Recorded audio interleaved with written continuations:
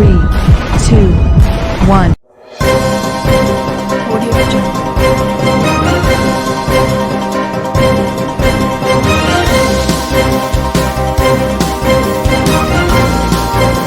Audio Jungle. Audio Jungle.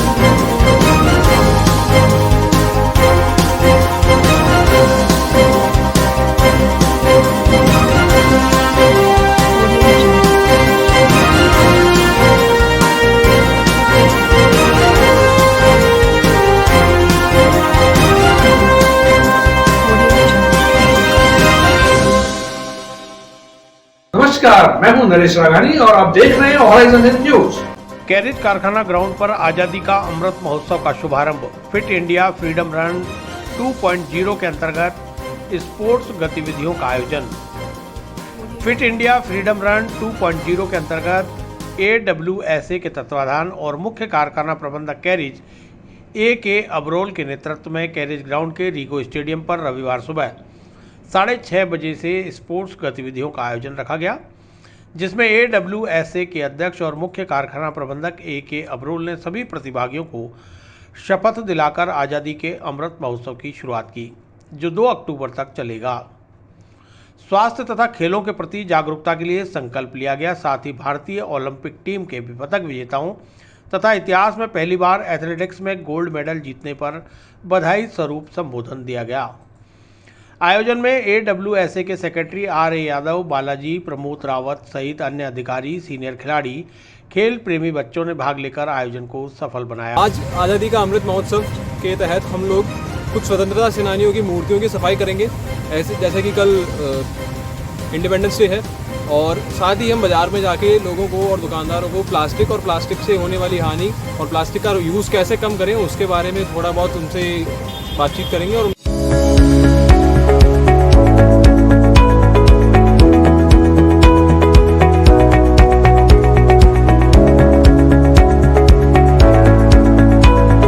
नाम राकेश कुमार भट्ट है और मेरा राजस्थान JN सिविल डिपार्टमेंट में सिलेक्शन हुआ है और मैं आर्यभट्ट कॉलेज ऑफ इंजीनियरिंग का स्टूडेंट रहा हूँ। और मैं मेरी कामयाबी के पीछे आर्यभट्ट कॉलेज का योगदान रहा है। प्रिंसिपल सर और डायरेक्टर सर, इन सबका मैं मेरे तहे दिल से धन्यवाद देना चाहता हूँ।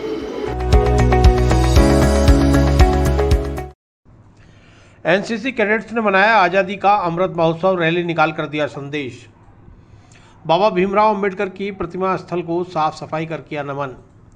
11 राज्य बटालियन NCC DAV कॉलेज के कैडेट्स ने शनिवार को आज़ादी का अमृत महोत्सव मनाया।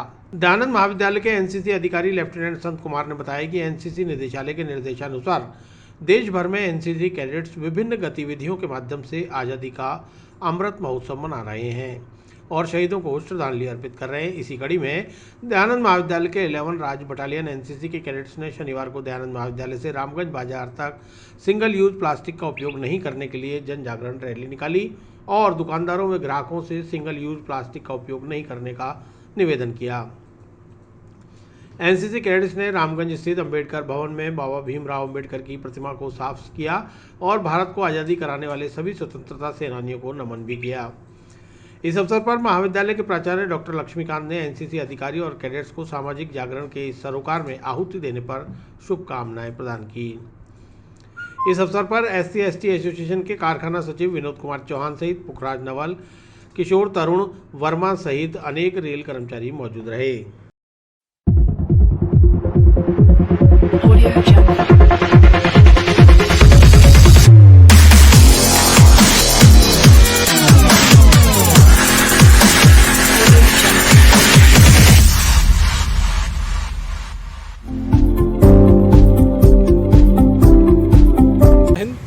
myself corporal Aryan Joshi, 11 Raj battalion DAV college Ajmer. आज आज़ादी का अमृत महोत्सव के तहत हम लोग कुछ स्वतंत्रता सेनानियों की मूर्तियों की सफाई करेंगे, ऐसे जैसे कि कल इंडिपेंडेंस डे है, और साथ ही हम बाज़ार में जाके लोगों को और दुकानदारों को प्लास्टिक से होने वाली हानि और प्लास्टिक का यूज़ कैसे कम करें उसके बारे में थोड़ा बहुत उनसे बातचीत करेंगे और उनको थोड़ा नॉलेज देंगे। जय हिंद।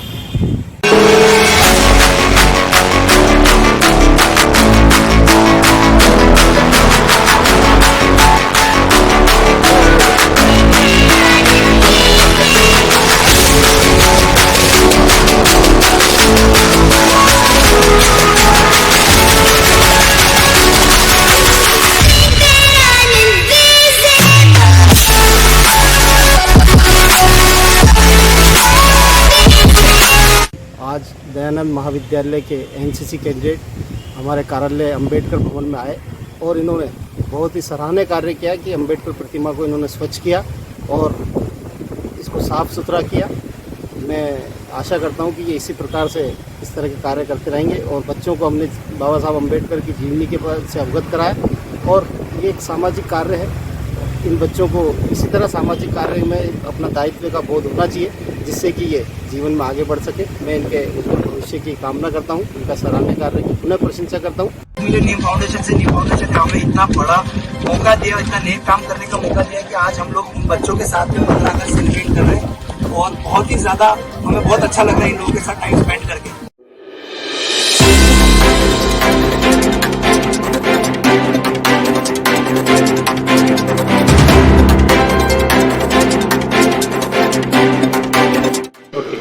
मेरा नाम हीना रानी सोनी है।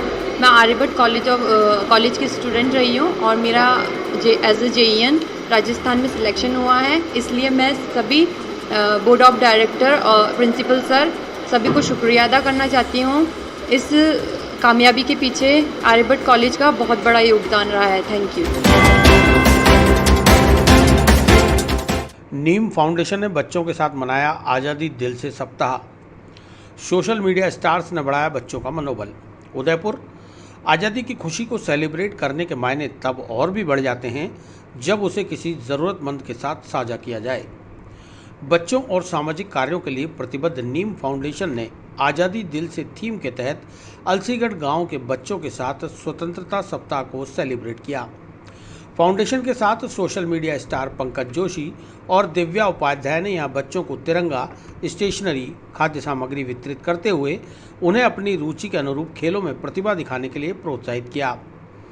नीम फाउंडेशन की संस्थापक रोशनी बारोट ने बताया कि ज़्यादातर लोग अपने परिवार के साथ या पिकनिक पर जाकर स्वतंत्रता दिवस मना लेते हैं, लेकिन सही मायनों में आज़ादी का उत्सव तभी सेलिब्रेट होगा जब इस दिन का महत्व समझाते हुए भावी पीढ़ी के साथ इसे मनाया जाए। फाउंडेशन ने इस साल स्वतंत्रता दिवस के उपलक्ष्य में साप्ताहिक कार्यक्रमों की श्रृंखला आज़ादी दिल से थीम पर आयोजित करने का निर्णय लिया। इसके तहत रोजाना अलग अलग स्थानों के बच्चों के साथ विभिन्न तरह के कार्यक्रम आयोजित किए जा रहे हैं। इसी कड़ी में उदयपुर से दूर अलसीगढ़ गांव के बच्चों को सेलिब्रिटीज से मिलवाया गया और जरूरी सामग्री वितरित करके सेलिब्रेशन किया गया। यहाँ बच्चों को शिक्षा के लिए आवश्यक स्टेशनरी, चार्ट, झंडे, खाद्य सामग्री बांटी गई तथा उनके साथ नृत्य प्रस्तुतियाँ दी गई और उन्हें उपहार भी भेंट किए गए। इस अवसर पर फाउंडर रोशनी ने कहा कि उदयपुर की खूबसूरती और यहाँ के बच्चों के साथ स्वतंत्रता सप्ताह मनाने के लिए सेलिब्रिटीज़ को बुलवाया गया और यहाँ पर वेब सीरीज भी शूट की जा रही है। पंकज और दिव्या ने बच्चों को नीरज चोपड़ा और मीरा चानू से सीख लेकर अपनी प्रतिभा को निखारने के लिए आगे बढ़ने की प्रेरणा दी। उन्होंने कहा कि जीवन में समस्याएं तो आती रहती हैं, लेकिन डटकर मुकाबला करना चाहिए। जैसे स्वतंत्रता सेनानियों ने हमारी स्वतंत्रता के लिए वर्षों तक संघर्ष जारी रखा। कार्यक्रम के दौरान फाउंडेशन की ओर से नावेद अली, शानू खान, विनोद बुनकर, जतिन जोशी, सुनील धाकड़, लोकेश खींची, दिक्कू कलाल, केडी खींची ने बच्चों के साथ खूब मस्ती करते हुए अपनी प्रतिभा दिखाई। Audio Jungle.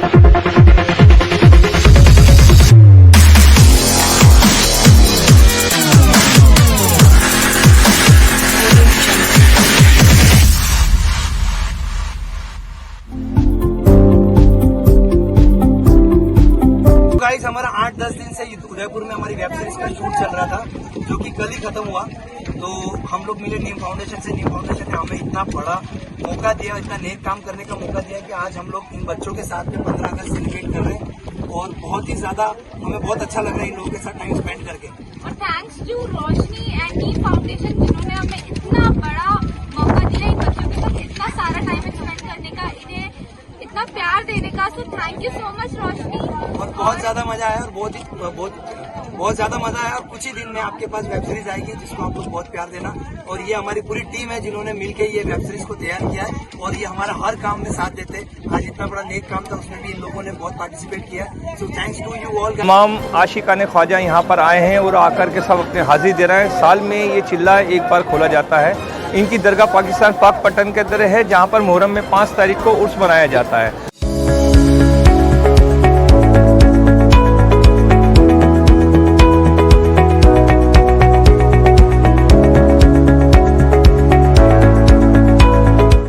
राकेश कुमार भट्ट है और मेरा राजस्थान JN सिविल डिपार्टमेंट में सिलेक्शन हुआ है और मैं आर्यभट्ट कॉलेज ऑफ इंजीनियरिंग का स्टूडेंट रहा हूँ और मैं इसके मेरी कामयाबी के पीछे आर्यभट्ट कॉलेज का योगदान रहा है। प्रिंसिपल सर और डायरेक्टर सर, इन सबका मैं मेरे तहे दिल से धन्यवाद देना चाहता हूँ।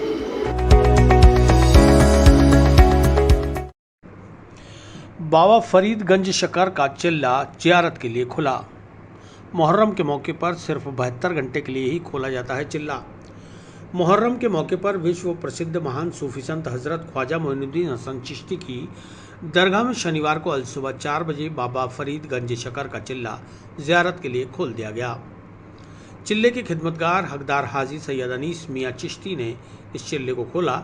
अकीदतमंदों ने सुबह 6 बजे से ही अंदर आकर चिल्ले की जियारत करना शुरू कर दिया।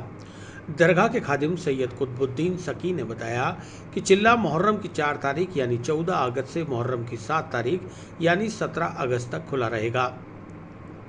अकीदतमंद 17 अगस्त को सुबह 4 बजे तक चिल्ले की जियारत कर सकेंगे। मुहर्रम में ज़ायरीन की भीड़ के चलते दरगाह में गहमागहमी बनी हुई है।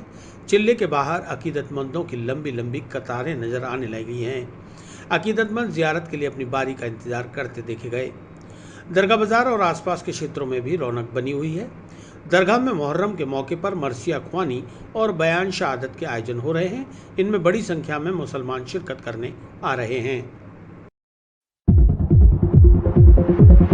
Audio Jungle.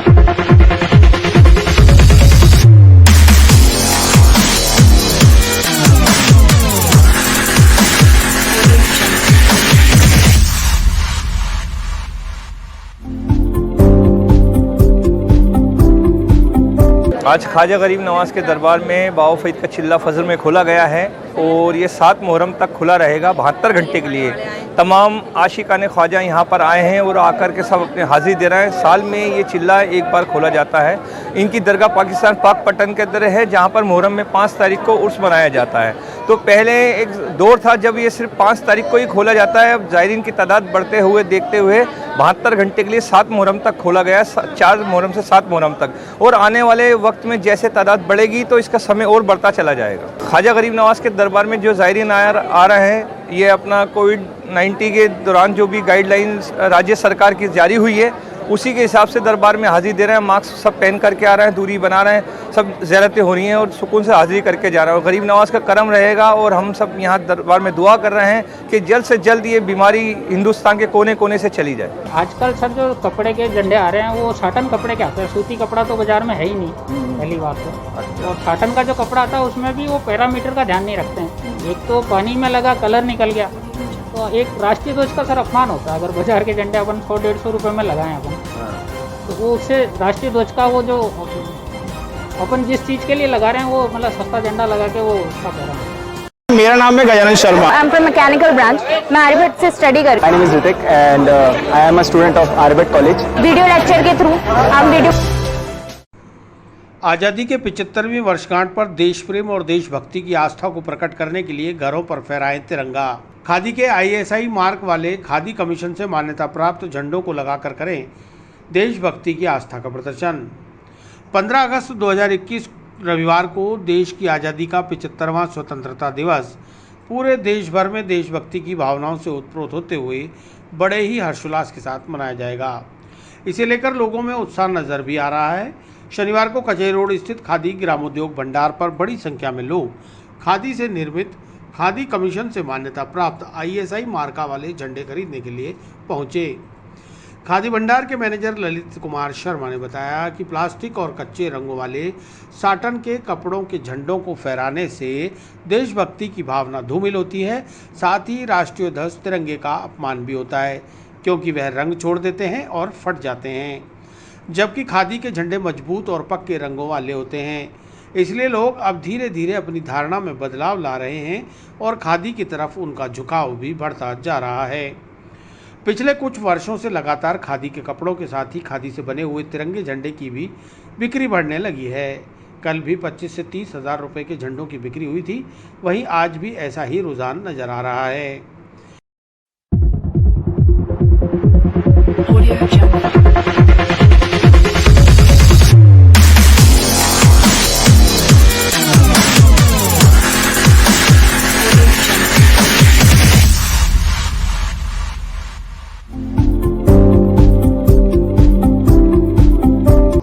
नहीं सर, खादी का तो क्रेज़ बढ़ा है इन सालों के में। जैसे 75 जो 75वां अपना स्वतंत्रता दिवस मना रहे हैं पब्लिक, तो उसके अंदर तो हर पब्लिक आम, पहले तो सरकारी स्कूल वाले या सरकारी दफ्तर वाले ही खरीदते थे झंडा, लेकिन आज आम पब्लिक भी अपने घर पे लगाने के लिए मतलब वो प्रेरित है और आम पब्लिक भी झंडा लगाने के लिए।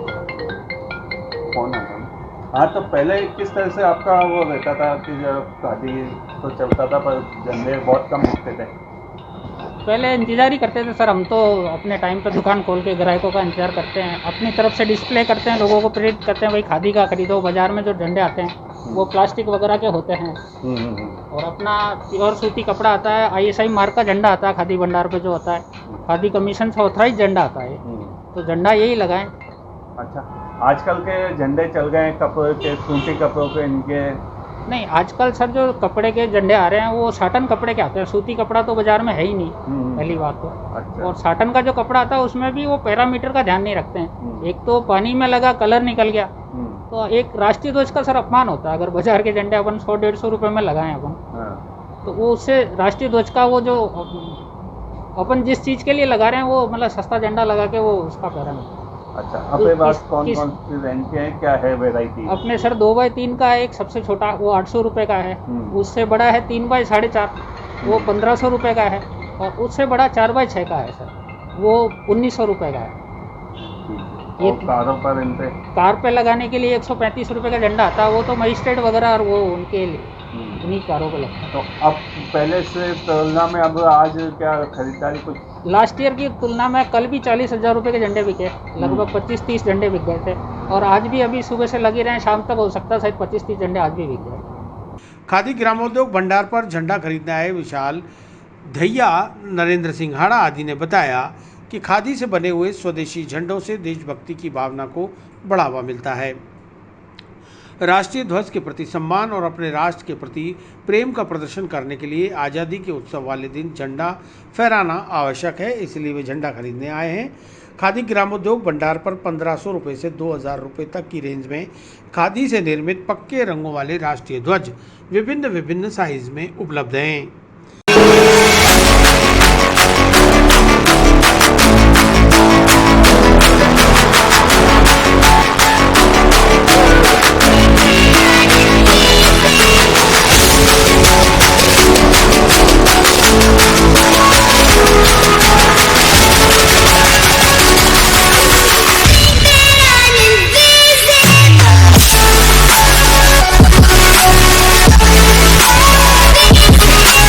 जैसे 15 अगस्त आप सबको पता है, 15 अगस्त बहुत महत्वपूर्ण अपने लिए दिन है देशवासियों के लिए, तो उस उपलक्ष्य में झंडा खरीदना है। किस तरह का झंडा? छोटा घर के लिए, जैसे दादाजी स्वतंत्र सेनानी थे तो शुरू से देशभक्ति की भावना हमारे हैं, तो उसी उपलक्ष्य में 15 अगस्त में हम झंडा घर पे फहराना चाहते हैं। अच्छा, तो आज खादी का झंडा ही खरीदना है? हाँ, खादी का सब जगह ट्राई किया, पहले भी यहीं से लेके गए थे, तो ये दुकान भी जानी पहचानी सी है, पुरानी दुकान है। तो आजकल चलन चल गया कपड़े का झंडा ले जाते लोग बाग पर खादी। हाँ, ये कॉटन का है, थोड़ा क्या अच्छा रहता है, और तिरंगा झंडा थोड़ा अच्छा ले तो अच्छा ही है, क्योंकि ये परमानेंट रहता है, तो इस हिसाब से। नाम बताइए आपका। मेरा नाम विशाल धीरान है। क्या नाम था? विशाल धीरान। मेरे दादाजी का नाम राम प्रसाद धीरान है। कौन से समय में खरीदी? उन्होंने सर ये भारत छोड़ो आंदोलन में भी सहभागी रहे हैं सर वो। झंडा लेने आए हो, आज क्या है? कल 15 अगस्त है और 15 अगस्त 1947 से हमारा देश आज़ाद होकर के 75वीं वर्षगांठ कल मनाने जा रहा है और घर घर तिरंगा ले रहे हैं, इसलिए मैं अपने घर पर भी तिरंगा लहराने के लिए तिरंगा खरीद रहा हूँ। किस तरह से झंडा खरीदा? क्या झंडे की क्वालिटी? झंडा खादी ग्रामोद्योग खादी केंद्र अजमेर से खरीद रहा हूँ। और आपका नाम? मेरा नाम नरेंद्र सिंह हाड़ा है। अच्छा, आपने घर के लिए झंडा खरीदा? Yes sir. अच्छा, तो और दूसरे भी झंडे आते हैं खादी के अलावा? एक जब तिरंगा जब एक मानक के रूप में उपलब्ध है, तो मैंने ये सोचा कि खादी ग्रामोद्योग से ही खरीदा जाए। झंडा सर हमारे पब्लिक लाइब्रेरी तोपगढ़ है अपने, तो हमारा झंडा काफ़ी पुराना हो गया था पहले वाला, तो मैं सर ने बोला कि नया झंडा लेना है इस बार। तो नया झंडा लेने के लिए तो खादी ग्रामोद्योग है, यहीं से खरीदना पड़ता है, यहीं से लिया अपन ने।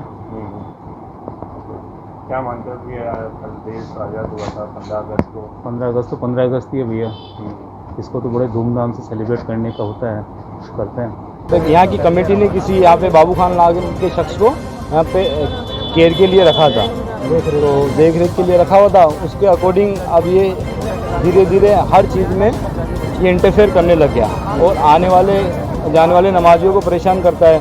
अभी कोरोना काल का बहाना बनाकर अभी कोरोना चल रहा है, अभी नमाज़ पढ़ने मत आओ। अब गवर्नमेंट ने इजाज़त दे दी नमाज़ पढ़ने की, आने वाले जानों के साथ बदतमीजी करता है। मेरा नाम है Gajanan Sharma, I am from mechanical branch. मैं आर्यभट्ट से स्टडी कर रही हूँ। My name is Hrithik and I am a student of Aryabhatta college. Video lecture के थ्रू हम वीडियो। आदर्शनगर में कलंदरी जामा मस्जिद की भूमि पर कब्जे को लेकर उपजा विवाद। वक्फ बोर्ड की जमीन पर कब्जा करने का केयरटेकर पर लगा आरोप, वहीं केयरटेकर परिवार ने जिला प्रशासन से मांगी मदद। शनिवार को आदर्शनगर में कलंदरी जामा मस्जिद की भूमि को लेकर दो पक्ष आमने सामने हो गए, जिसे लेकर भारी संख्या में वाहनों की आवाजाही पर रोक लगने से जाम की स्थिति उत्पन्न हो गई। दरअसल आदर्शनगर में शताब्दी स्कूल के ठीक आगे स्थित पहाड़ी की तलहटी में कलंदरी जामा मस्जिद है, जिसका केयरटेकर बाबू खान नाम का व्यक्ति है, जो 10-15 साल से जामा मस्जिद की सेवा में लगा है। बाबू खान अपने मकान की छत को आरसीसी से निर्मित करा रहा है। इसे लेकर दूसरे पक्ष शाहिद अहमद व एनएसयूआई के पूर्व जिलाध्यक्ष वाजिद खान ने बताया कि कलंदरी जामा मस्जिद का केयरटेकर बाबू खान अपने परिवार सहित यहाँ रह रहा है, जिसने मस्जिद में नमाज पढ़ने आ रहे लोगों को भड़काना शुरू कर दिया है और उन्हें नमाज पढ़ने से भी रोकता है, जिससे मुसलमानों में उसके प्रति आक्रोश व्याप्त हो गया है। वहीं मस्जिद के बाहर रहने की जगह पर अब पक्का निर्माण कराकर अब उसकी आरसीसी की छत डालकर वहां कब्जा कर रहा है, जिसे रोकने के लिए जिला प्रशासन से गुहार लगाई गई ताकि उसे पाबंद किया जाए। उनका आरोप है कि केयरटेकर की बीवी खुर्शीदा बेगम और उसकी बेटी सईदा वारसी पुलिस पर दबाव बनाने के लिए अपने ऊपर कैरोसिन डालकर खुदकुशी करने की धमकी देती है, तो वहीं कल जिला कलेक्टर और एसपी के पास जाकर स्वैच्छिक मृत्यु की मांग भी कर चुकी है। ये सारे प्रपंच यहाँ पर कब्जा करने की नीयत से किए जा रहे हैं।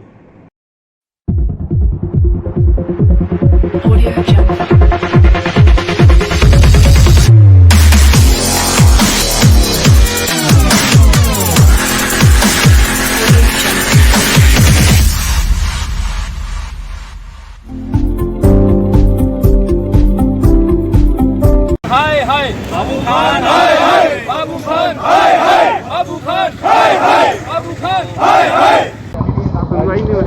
भैया ये जामा मस्जिद आदेश नगर कलंदरी मस्जिद है। यहाँ पर पिछले करीब 10-12 साल पहले यहाँ की कमेटी ने किसी यहाँ पे बाबू खान नाम के शख्स को यहाँ पे केयर के लिए रखा था, तो देख रेख के लिए रखा हुआ था। उसके अकॉर्डिंग अब ये धीरे धीरे हर चीज़ में ये इंटरफेयर करने लग गया और आने वाले जाने वाले नमाजियों को परेशान करता है। अभी कोरोना काल का बहाना बनाकर अभी कोरोना चल रहा है, अभी नमाज़ पढ़ने मत आओ। अब गवर्नमेंट ने इजाज़त दे दी नमाज़ पढ़ने की, आने वाले जानों के साथ बदतमीजी करता है और तो उससे झूठे झूठे मुकदमे लगवाता है। और इसके अलावा यहाँ पे वक्फ बोर्ड की ज़मीन है और केस चल रहा है, स्टे आया हुआ है। उसके बावजूद जब कोई काम हो नहीं सकता है तो ये अपनी मनमर्जी से जो काम करा रहा है। अभी 2 दिन पहले भी शायद 11:30 बजे काम चालू करा इन्होंने, आज फिर काम चला रखा है। उसके कल हम कलेक्टर साहब के पास भी गए, एसपी साहब के पास भी गए, आदेशनगर थाने भी गए, लेकिन कोई हमें संतुष्ट जवाब नहीं मिला, ना इनके खिलाफ कोई कार्रवाई की गई कि भाई ये क्यों मुसलमानों की भावनाओं को आहत करता है। इससे मुस्लिम समाज भी बदनाम होता है और हमारी भावनाओं की आहत, तो इससे नमाजियों को आने में परेशानी होती है।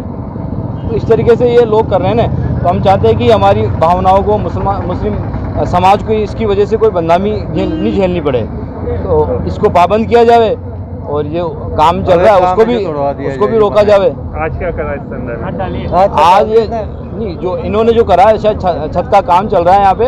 हम प्रशासन आज भी हम थाने पे गए थे पहले, वहाँ से कोई रिस्पॉन्स नहीं बोला है, बल्कि ये बोला गया है कि वो औरत तो अपने ऊपर डीजल डाल लिए और हम वहाँ नहीं जा सकते, तो फिर हम आपसे जो हो सकता है वो आप कर लो। तो हम उसको लेके यहाँ आए हुए हैं, तो हमने विरोध प्रदर्शन दर्ज कराया, प्रशासन आया, देखो प्रशासन से क्या बात होती है। क्या हुआ? मस्जिद के अंदर अवैध निर्माण कार्य चल रहा है, हम लोग यहाँ आए हैं सब लोग इकट्ठा होकर, और ये निर्माण कार्य जो चल रहा है इसको रुकवाना चाहते हैं। ये मस्जिद की वक्फ बोर्ड की ज़मीन है, इस पर स्टे लगा हुआ है और यहाँ बाबू खान सन ऑफ माइकन यहाँ रहता है, वो इस पर कब्जा कर रहा है और अवैध निर्माण चला रहा है, जबकि ज़मीन पूरी वक्फ बोर्ड की है और वक्फ बोर्ड ने इस पर स्टे भी ले रखा है। स्टे होने के बावजूद ये काम चल रहा है और हम लोग प्रशासन में एसपी साहब को ज्ञापन दे चुके हैं, कलेक्टर साहब को भी दे चुके हैं, थाने पे भी लिखित में ज्ञापन दे चुके हैं। हम चाह रहे हैं प्रशासन यहाँ आए और हम ये काम रुकवाए और हमारी मदद करें। अच्छा, आज आपके सुनवाई नहीं हो रही तो आज इस चक्कर में आपने रास्ता जाम करा? नहीं, हमने रास्ता जाम नहीं किया, रास्ता तो अपना बहुत ट्रैफिक है इसलिए जाम हुआ है। हम लोग जब भीड़ इकट्ठी होकर आए थे और रास्ता जाम हो गया यहाँ पे, हम लोगों ने जाम नहीं किया है, हम तो इकट्ठे हुए, एम्बुलेंस अटकी थी, हमने तो उसको निकलवाया, बाकी हम लोगों ने कोई रास्ता जाम नहीं किया। अच्छा, अगर फिर भी आपकी नहीं सुनवाई होती तो फिर आगे? अब अगर सुनवाई नहीं होगी तो हम लोग फिर से जाएंगे एसपी साहब के पास, कलेक्टर साहब के पास जाएंगे, ज्ञापन देंगे उनको और धरना देंगे वहाँ पे जाके एसपी ऑफिस में जाके। अब तक कितनों के चक्कर लगा?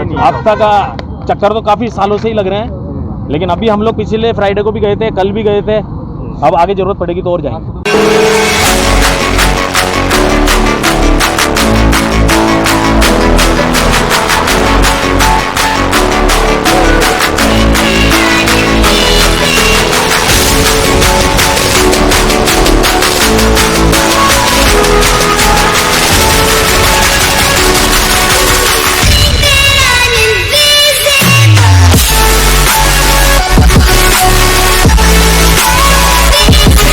सर मांग कुछ भी नहीं है हमारे मकान का काम कर रहे हैं और ये फालतू जो ये स्थानीय भी नहीं है ये लोग, और फालतू हमें नाजायज परेशान कर रहे हैं। कोई खानपुरा का रहने वाला है, कोई कहाँ का, यहाँ से इनसे पूछिए, इनके बाप दादा की प्रॉपर्टी है, इनके पास रजिस्ट्री है यहाँ की, जो यहाँ के हमसे लड़ रहे हैं। अब आप खुद देखिए मीडिया के सामने कि ऐसी रातों को भी है ना 11-11, 12-12 बजे तक ऐसे ही इकट्ठे होकर आके ना हमारे को डराया जाता है ये, और हमारी कहीं कोई सुनवाई नहीं है। इसलिए हम कल कलेक्टर गए थे कि भाई अगर इस तरीके से प्रेशर से रहना है तो इससे तो अच्छा है कि हम मर जाए, हमें आप इच्छा मृत्यु दे दो। कलेक्टर साहब ने आदेश दे दिया, उसके बावजूद भी आज पुलिस ने हमें बहुत परेशान किया, कह रहे कि आप लिखित में लेके आओ। एसपी साहब ने मुंह से कह दिया, आपने देखा कि किसी से बात करी नहीं करी बोले, और जबकि है ना इसमें इनका कोई रोल नहीं है, कोई नहीं है, ये यहाँ पता नहीं कहाँ से आके ना भीड़ इकट्ठी करी, ऐसी रातों को आके हमारे को डरा रहे हैं। हमारी जानो माल का खतरा है, लेकिन हमारी कहीं सुनवाई नहीं हो रही है।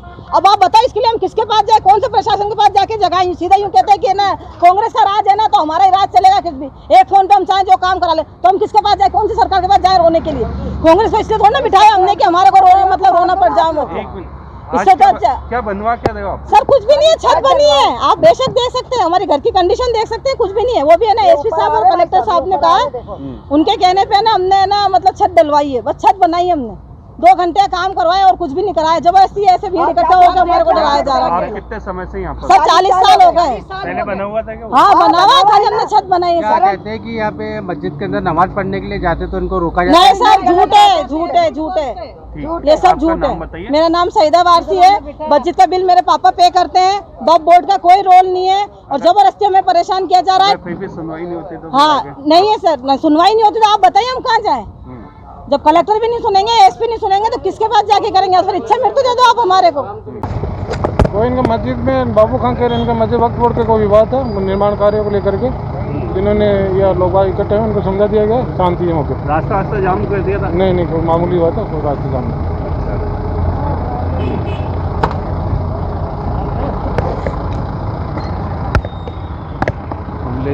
मेहरबानी करा, छोटी कार में मेहरबानी।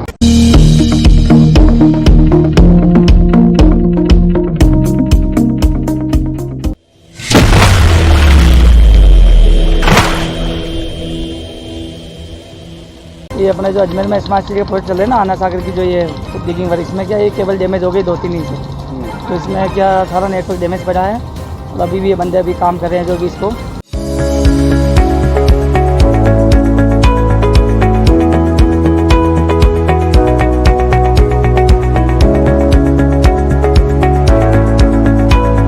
नाम राकेश कुमार भट्ट है और मेरा राजस्थान JN सिविल डिपार्टमेंट में सिलेक्शन हुआ है और मैं आर्यभट्ट कॉलेज ऑफ इंजीनियरिंग का स्टूडेंट रहा हूँ और मैं इसके मेरी कामयाबी के पीछे आर्यभट्ट कॉलेज का योगदान रहा है। प्रिंसिपल सर और डायरेक्टर सर, इन सबका मैं मेरे तहे दिल से धन्यवाद देना चाहता हूँ।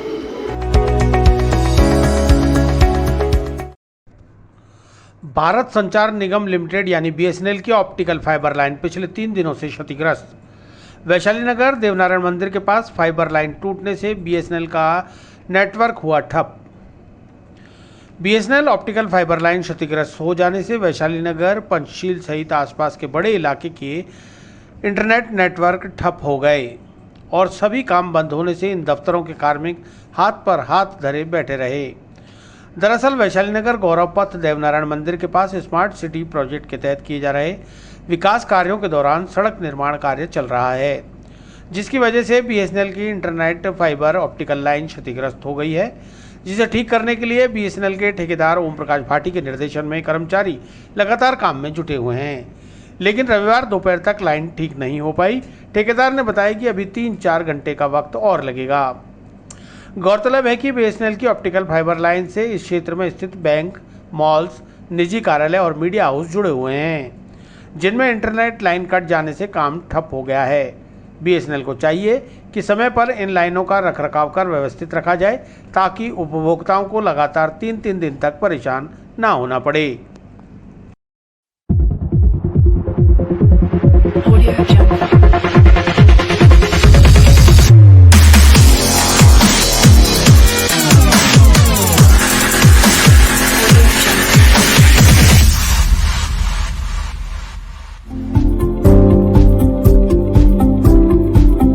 ये सर हमारे बीएसएनएल की लाइन है, 96 फाइबर नेटवर्क का काम है ये अपने जो अजमेर में स्मार्ट सिटी का प्रोजेक्ट चल रहा है ना, आना सागर की जो ये डिगिंग वर्क, इसमें क्या ये केबल डैमेज हो गई 2-3 इंच से, तो इसमें क्या सारा नेटवर्क डैमेज पड़ा है और अभी भी ये बंदे अभी काम कर रहे हैं जो भी इसको से रिसोल्यूशन करने का काम कर रहे हैं। अच्छा, कितने घंटे लग जाएंगे? अभी भी इसको 3-4 घंटे का टाइम लगेगा। 3 दिन पहले बाधित हुई थी है, कल जाके इसका एंड वगैरह एक्सपोज करवाया गया मशीनों के द्वारा और आज हो जाएगी 2-3 घंटे में अभी ये सब चालू हो जाएगी। यहाँ पर कितने ऑफिस वगैरह हैं, उनमें इम्पोर्टेंट काम? ये पास में जितने भी नेटवर्क है, गवर्नमेंट डिपार्टमेंट है, ये जी मॉल वगैरह ये सब इससे कनेक्ट है और ये इससे इनका नेटवर्क बाधित चालू हो जाएगा अभी 2-3 घंटे। शिक्षा एक ऐसी चीज़ है जो आपको कहीं ना कहीं तो जरूर पहुंचाएगी, बस शिक्षा नहीं छोड़े और अपने समाज के लिए लड़के लड़कियों सबके लिए यही संदेश है, पढ़ाई करें, मेहनत करें, आप लोग भी एक ना एक दिन बहुत अच्छा मुकाम।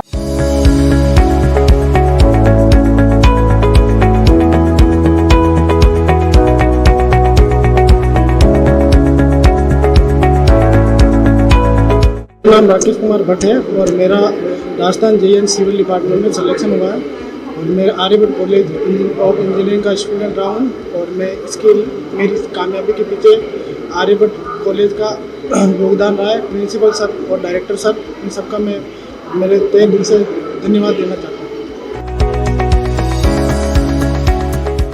जोधपुर बनवासिया निवासी आशा कंडारा का RAS में सिलेक्शन होने पर अजमेर में भव्य स्वागत। वाल्मीकि समाज के युवाओं ने कंडारा को फूल माला और साफा पहनाकर नगर में निकाला भव्य जुलूस।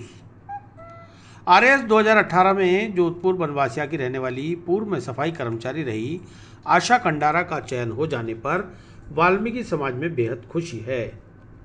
वाल्मीकि समाज की एक बेटी गलियों में सफाई कार्य करते करते अध्ययन भी करती रही और इसी बीच उसने RAS 2018 की परीक्षा दी और उसका चयन हो गया।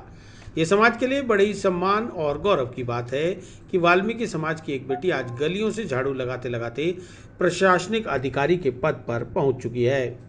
शनिवार को आशा कंडारा का अजमेर पहुंचने पर वाल्मीकि समाज की ओर से भव्य स्वागत किया गया। वाल्मीकि समाज के युवाओं ने उन्हें माला और साफा पहनाकर खुली जीप में भ्रमण कराया। आशा कंडारा ने मीडिया से बात करते हुए कहा कि कुछ भी काम असंभव नहीं है अगर ठान लिया जाए। चाहे किसी भी समाज की बेटी हो, अगर मन से ठान कर उसकी ओर आगे बढ़ेगी तो उसे मंजिल जरूर मिलेगी। उन्होंने अपील की है कि पढ़ाई को ना छोड़ें, हमेशा पढ़ते रहें, सफलता जरूर मिलेगी। उन्होंने भी सफाई कार्य करते हुए पढ़ाई का दामन नहीं छोड़ा और आज इस लक्ष्य को भेद कर आज वो RAS बन चुकी हैं। उनकी इच्छा है कि सरकार और राजस्थान लोक सेवा आयोग उन्हें अपने गृह जिले में ही पदस्थापित करे।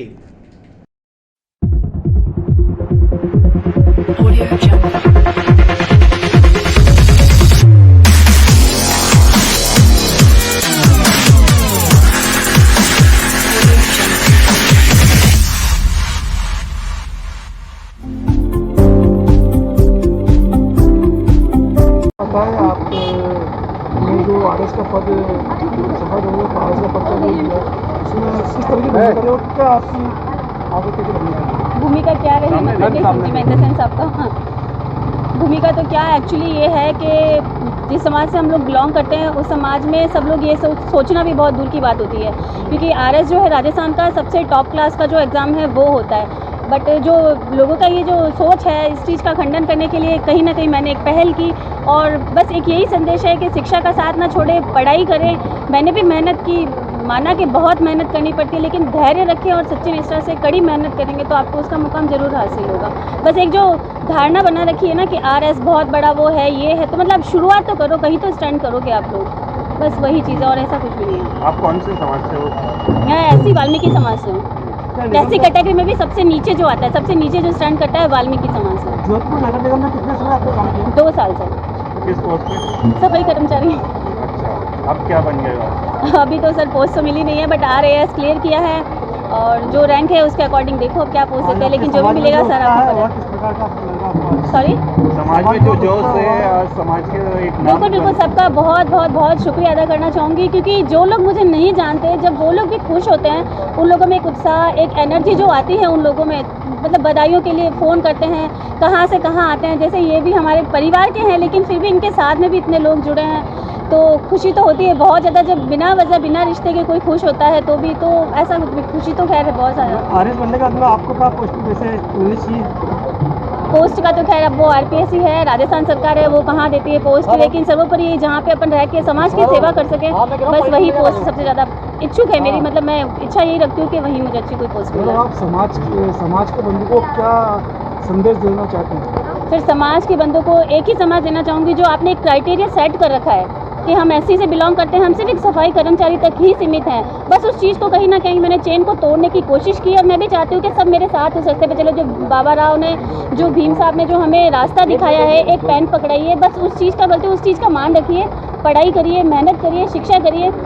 शिक्षा एक ऐसी चीज़ है जो आपको कहीं ना कहीं तो ज़रूर पहुंचाएगी, बस शिक्षा नहीं छोड़े और अपने समाज के लिए, लड़के लड़कियों सबके लिए यही संदेश है, पढ़ाई करें, मेहनत करें, आप लोग भी एक ना एक दिन बहुत अच्छा मुकाम हासिल करेंगे। क्या मानते हो समाज में लड़कियों को पढ़ने नहीं दिया जाता है कि? और बिल्कुल उस चीज़ के लिए मैंने आपको फर्स्ट यही चीज़ बोला था ना कि लोग ये बोलते हैं कि पढ़ाई करके लड़कियां क्या करेगी, चूल्हा चौका ही तो करना है, आगे जाके क्या करना है, ससुराल ही जाना है। इस धारणा को कहीं ना कहीं रोके, क्योंकि बच्चों में लड़कों से मैं ये नहीं कहूँगी दोनों का कंपेयर नहीं करूँगी, सॉरी, नहीं तो फिर आप लोग बुरा मान जाओगे, बट ये है कि लड़कियां भी लड़कों से कम नहीं है। शायद इसका एग्जांपल आपको मिल चुका है तो मैं क्या कहूँ, और तो कुछ भी नहीं, बस बच्चों में जो एक पढ़ने की पोटेंशियल होती है उसको कहीं ना कहीं दबाए नहीं, रोके नहीं, उल्टा उन लोग बच्चों का साथ दे, उन लोगों का मनोबल बढ़ाए, आत्मबल बढ़ाए। अगर आप साथ नहीं दे सकते कोई बात नहीं है, कम से कम उन्हें अच्छा एक मार्गदर्शन दे और उन्हें बताए। काफ़ी बच्चे ऐसी लड़कियां ऐसी होती है MA BA कर लेती हैं, लेकिन उनको कोई मार्गदर्शन कराने वाला नहीं होता है कि उनको करना क्या चाहिए। तो बस आप भी कहीं ना कहीं कड़ी बनिए, मार्गदर्शन कराइए ज़रूर, वो भी कोई ना कोई मेरी बहन मेरे जैसी। आप शायद कभी नेक्स्ट RS में आप आज एक का लिया है, नेक्स्ट टाइम क्या पता 10 वाल्मीकि निकले। तो बस सबसे यही मैसेज देना चाहूँगी कि कोशिश करो, कोशिश करने वालों की कभी हार नहीं होती और मेहनत का कोई विकल्प नहीं है। मैडम जिस प्रकार से आपने RS फाइट की है जी, समाज में कई बच्चियाँ ऐसी अगर RS फाइट करने की सोचती है तो उनके लिए आप क्या टिप्स देना चाहेंगे? मैंने यही चीज़ बताई कि सर लड़कियां जब सोचती है ना, वहीं पे उनके सपनों को ख़त्म कर दिया जाता है कि तुम करोगी, तुमने किया है, तुम्हें पता है कौन करता है RS करने के लिए। तो सबके लिए यही मैसेज है, RS करने वाले दूसरे ग्रह से नहीं आते, एलियन नहीं होते, मैं भी आप सबकी तरह आम हूँ। तो बस सब जने बोलते हैं कि मैडम एक ही चीज़ रिपीट करती है, और मैं जब तक हूँ तब तक यही चीज़ रिपीट करूँगी, मैं कर सकती हूँ तो कोई भी कर सकता है। बस थोड़ा सा पेशेंस रखो, अपनी मेहनत पे भरोसा रखो, बस तो आप ज़रूर करोगे। कहाँ के रहने वाले आप? मैं जोधपुर बदवासिया। आपका नाम? आशा कंडारा। भारतीय जनता पार्टी के प्रदेश नेतृत्व के निर्देशानुसार 16 तारीख से 30 तारीख तक सशक्त मंडल अभियान चलेगा। उस सशक्त मंडल अभियान के तहत जो इस मंडल के अंदर हमारे मंडल के प्रवासी अधिकारी जो जाएंगे, उनकी आज ये कार्यशाला होने जा रही है।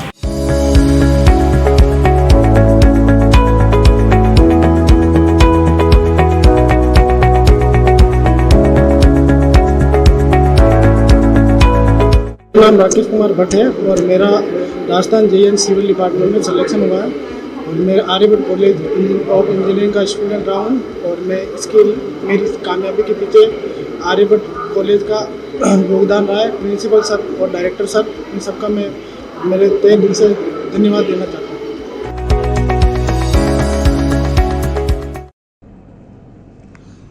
भाजपा के सशक्त मंडल अभियान के लिए मंडल प्रवासी कार्यशाला संपन्न। 15 अगस्त से 30 अगस्त तक चलेगा सभी मंडलों पर सशक्त मंडल अभियान। 14 अगस्त को पीएम मोदी के आह्वान पर भाजपा की कार्यशाला में विभाजन विभीषिका स्मृति दिवस मनाया गया। इस अवसर पर भाजपा प्रदेश उपाध्यक्ष प्रसन्न मेहता ने भाजपा कार्यकर्ताओं को आवश्यक दिशा निर्देश दिए।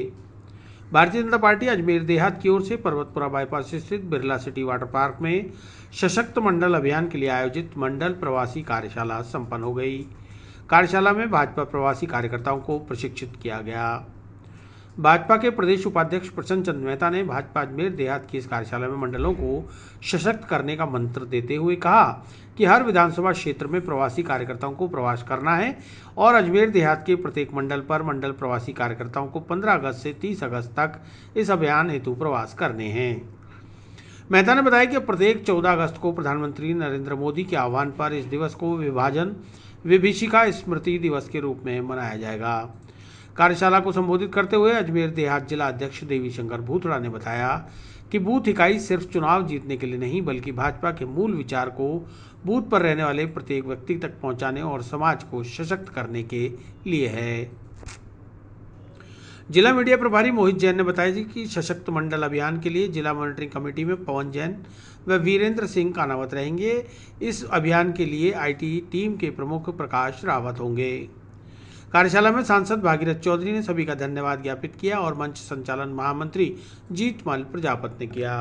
कार्यशाला में भाजपा के प्रदेश उपाध्यक्ष प्रसन्न चंद्र मेहता, देहात भाजपा जिलाध्यक्ष देवीशंकर भूतड़ा, अजमेर सांसद भागीरथ चौधरी, पुष्कर विधायक सुरेश सिंह रावत, नसराबाद विधायक रामस्वरूप लांबा, ओबीसी मोर्चा प्रदेश अध्यक्ष ओम प्रकाश भडाना, जिला महामंत्री जीतमल प्रजापत, रायचंद बागड़ी, पूर्व विधायक किशन गोपाल कोकटा, पूर्व जिलाध्यक्ष नवीन शर्मा, भाजपा नेता महेंद्र सिंह मझेवला, जिला मीडिया प्रभारी मोहित जैन, ओबीसी मोर्चा जिलाध्यक्ष अशोक सिंह रावत, महिला मोर्चा अध्यक्ष मुकेश कंवर, युवा मोर्चा अध्यक्ष अर्जुन नलिया सहित जिला पदाधिकारी, जिले के समस्त मंडल अध्यक्षों सहित भाजपा के वरिष्ठ नेता मौजूद रहे।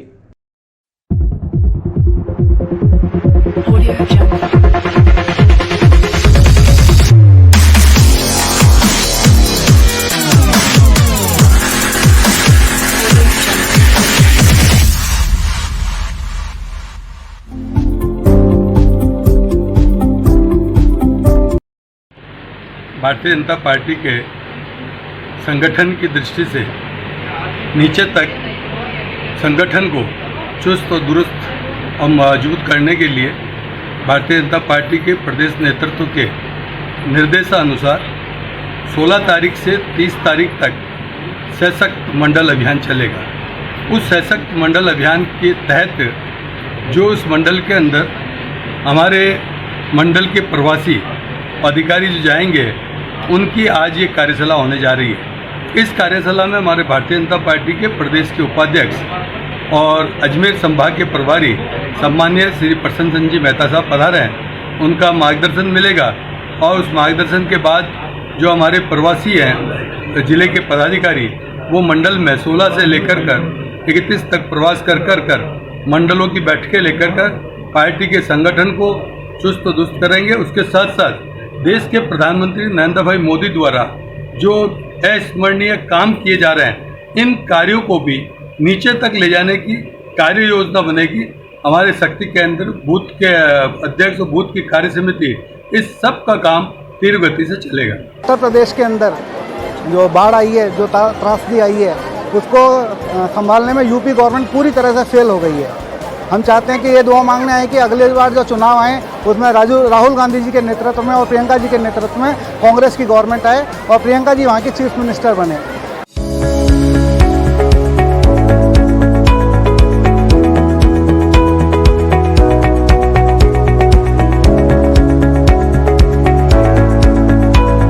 नाम राकेश कुमार भट्ट है और मेरा राजस्थान JN सिविल डिपार्टमेंट में सिलेक्शन हुआ है और मैं आर्यभट्ट कॉलेज ऑफ इंजीनियरिंग का स्टूडेंट रहा हूँ और मैं मेरी कामयाबी के पीछे आर्यभट्ट कॉलेज का योगदान रहा है। प्रिंसिपल सर और डायरेक्टर सर, इन सबका मैं मेरे तहे दिल से धन्यवाद देना चाहता हूँ।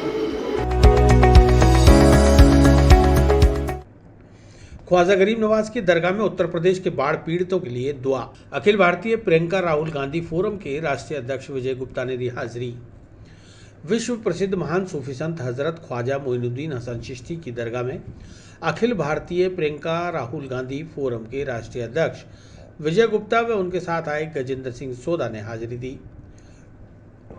उन्हें दरगाह के खादिम सैयद आरिफ उस्मानी व सैयद काशिफ उस्मानी ने जियारत कराई। जियारत के बाद अखिल भारतीय प्रियंका राहुल गांधी फोरम के राष्ट्रीय अध्यक्ष विजय गुप्ता व उनके साथ आए गजेंद्र सिंह सोदा ने जन्नती दरवाजे पर मन्नत का धागा भी बांधा। विजय गुप्ता ने बताया कि उत्तर प्रदेश में बाढ़ से जो हालात खराब हुए हैं उसके लिए खरीब नवाज की दरगाह में दुआ मांगी है कि हालात जल्द से सही हों। आपको मालूम होगा कि यूपी के 1200 अधिक गांव बाढ़ के पानी में घिरे हुए हैं। बिहार में भी गंगा नदी उफान पर है और पटना में बाढ़ का खतरा मंडरा रहा है। यही नहीं, भारी बारिश के कारण पहाड़ी इलाकों में भी तबाही के मंजर नजर आ रहे हैं। कहीं पहाड़ भरभरा कर गिर रहे हैं तो कहीं नदियों के वेग व बाढ़ के पानी में मकान बह गए हैं। इधर उत्तर प्रदेश के 1243 गांवों में 5 लाख से ज्यादा लोग बाढ़ से प्रभावित हुए हैं।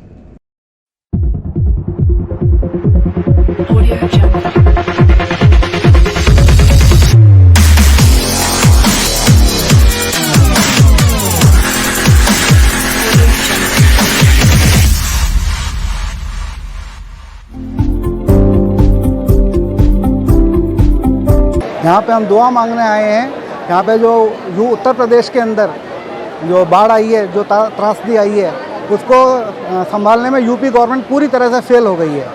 हम चाहते हैं कि ये दुआ मांगने आए कि अगली बार जो चुनाव आए उसमें राहुल गांधी जी के नेतृत्व में और प्रियंका जी के नेतृत्व में कांग्रेस की गवर्नमेंट आए और प्रियंका जी वहाँ की चीफ मिनिस्टर बने। अगर कांग्रेस गवर्नमेंट होती है तो किसी भी तरह के हालात में काबू पाने में वो सक्षम है। मोदी सरकार और योगी सरकार हर मामले में फेल हुई है। हाँ, और ये जो तीसरी लहर जो कोरोना के आने की जो संभावना है जो ये लोग बता रहे हैं, तो हमने ये दुआ मांगते हैं ख्वाजा गरीब नवाज से कि ऐसी कोई बीमारी ना आए और कोई तीसरी लहर ना आए और कोरोना है जल्दी से जल्द सारी दुनिया को छोड़कर चला जाए। आपका नाम और पद बताइए और आपके साथ कौन कौन है दरगाह में? मैं विजय गुप्ता हूँ, all India Priyanka Rahul Gandhi forum से नेशनल प्रेसिडेंट हूँ। मेरे साथ में दुआ करने के लिए आरिफ भाई के बेटे आए हैं, सादिक भाई हैं और मेरे मित्र हैं गजेंद्र सिंह सोढ़ा हैं कि अजमेर। विस्तार से पढ़ने के लिए लॉग इन करें horizonhind.com। सच के साथ।